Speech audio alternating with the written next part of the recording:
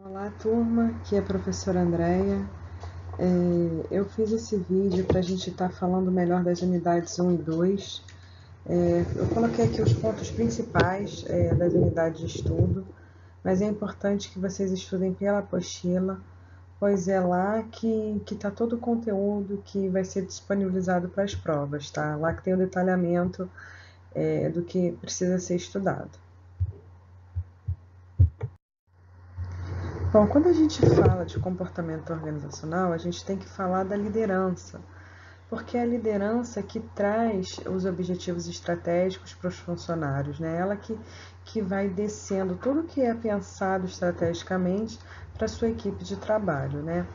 Então, quando a gente pensa em liderança, a gente tem que pensar que esses gestores, eles têm fatores interpessoais, de informação, de decisão, além de habilidades técnicas, comportamentais e conceituais, que vão estar, de certa forma, conduzindo que a empresa objetiva de forma de ideais, valores e metas, né? Para estar disseminando essas questões estratégicas em forma de cadeia para os seus funcionários.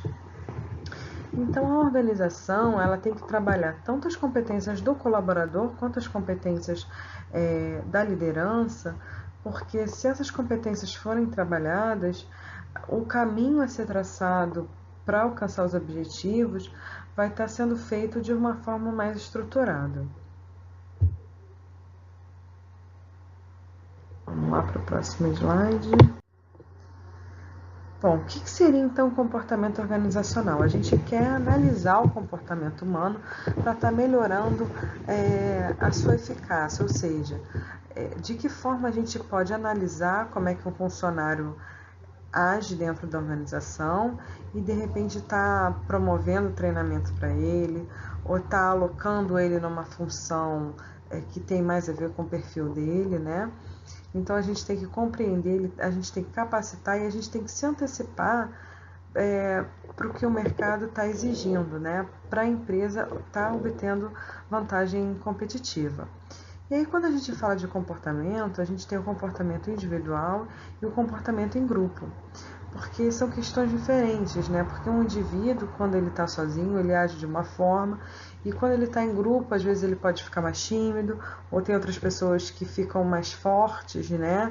Conseguem de repente até falar mais, ou então são mais espontâneas, mais brincalhonas, né? E aí, quando a gente olha essas questões, a gente pensa como elas se encaixam nas esferas da organização. Nós temos a esfera micro-organizacional, a meso-organizacional e a macro-organizacional, que a gente vai falar de cada uma delas agora. Quando a gente fala da micro, a gente está olhando o indivíduo mesmo, né? Como é que é o comportamento daquela pessoa especificamente no trabalho, como é que foi a sua avaliação de desempenho, se aquela pessoa está motivada, se ela está produzindo, se ela está conseguindo atingir as metas dela. Para quê? Porque para ter tudo isso, né, a gente está visando um aumento de lucro, a gente está visando um destaque da organização perante os concorrentes dela.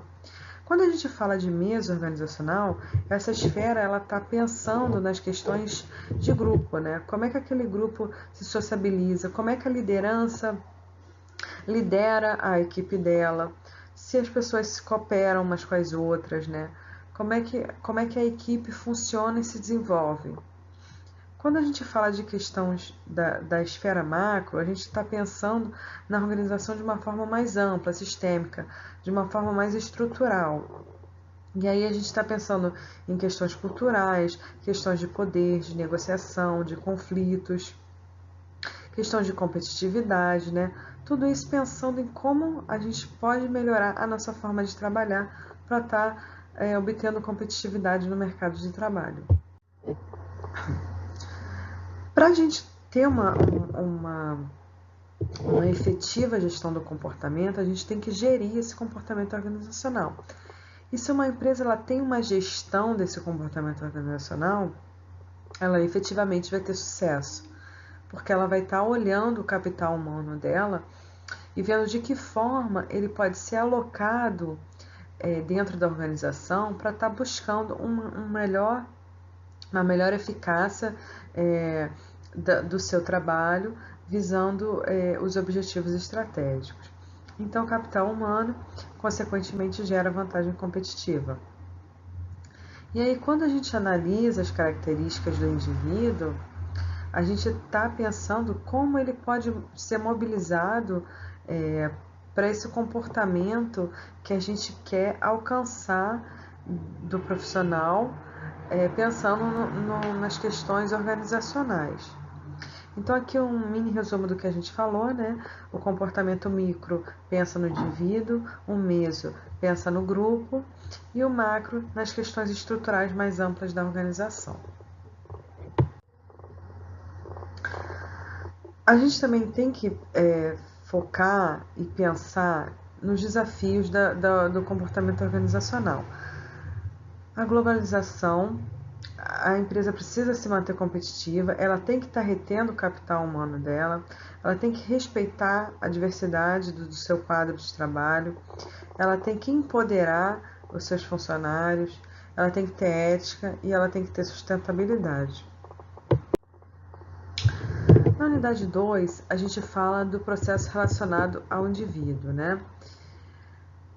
Na questão da aprendizagem, o indivíduo, a aprendizagem em si, ela influencia o desempenho do indivíduo, ou seja, quanto mais ele aprende, mais ele está aberto para coisas novas, para adquirir conhecimento, para estar melhorando o seu desempenho. Já falando de personalidade, atitude e valores, né? A personalidade é algo intrínseco do funcionário, da pessoa, e é como ela reage e interage, né? E aí as personalidades, elas têm diversos traços, né?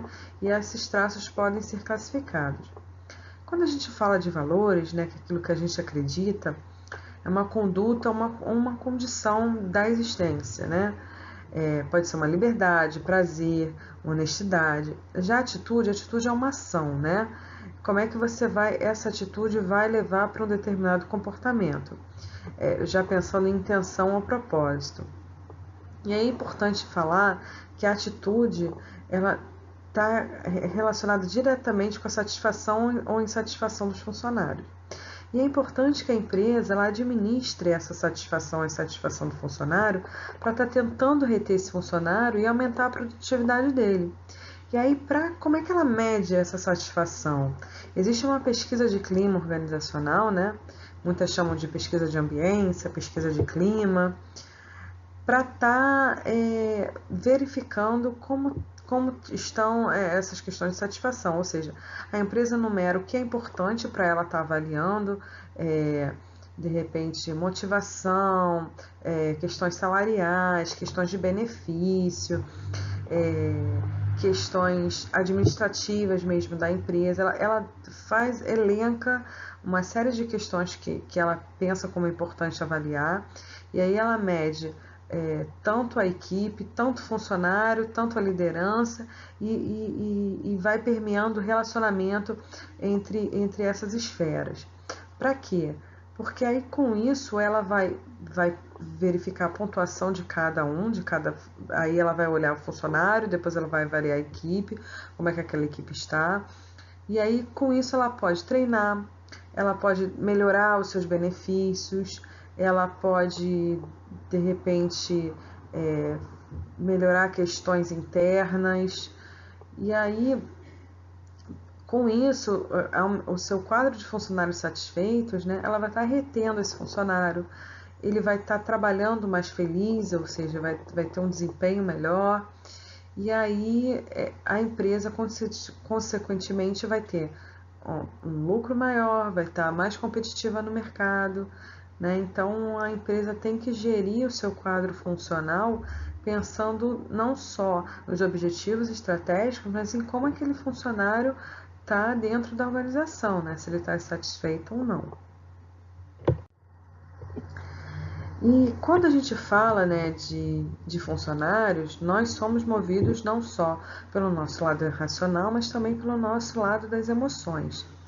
E a gente, dentro de uma organização, a gente não pode agir como a gente age, de repente, numa esfera pessoal, né? Que a gente pode tratar das nossas emoções com mais tranquilidade. Dentro da organização existe um padrão que a gente tem que seguir, né? Então é importante a gente utilizar a famosa inteligência emocional para a gente estar administrando e reconhecendo as nossas emoções e a gente tá tanto as nossas quanto a do outro que a gente trabalha e a gente está administrando isso até para estar resolvendo conflitos, né? E aí, nessa questão de resolver conflito, a gente tem que estar respeitando as diversas opiniões, a diversidade do nosso quadro funcional. Às vezes um pensamento, um ideal do outro é diferente do nosso, mas a gente tem que respeitar. Isso vale tanto para profissional quanto para pessoal, né? E no profissional isso fica mais latente porque você está sendo avaliado de certa forma e a empresa quer alcançar um objetivo. Então, você tem que estar seguindo o caminho direcionado por ela. E aí, a organização, ela tem que ter em mente que ela tem que ter programas que incentivem essa diversidade no trabalho, porque essa diversidade da equipe dela gera opiniões diferentes e às vezes traz coisas inusitadas, coisas que vão estar agregando o trabalho do dia a dia, né?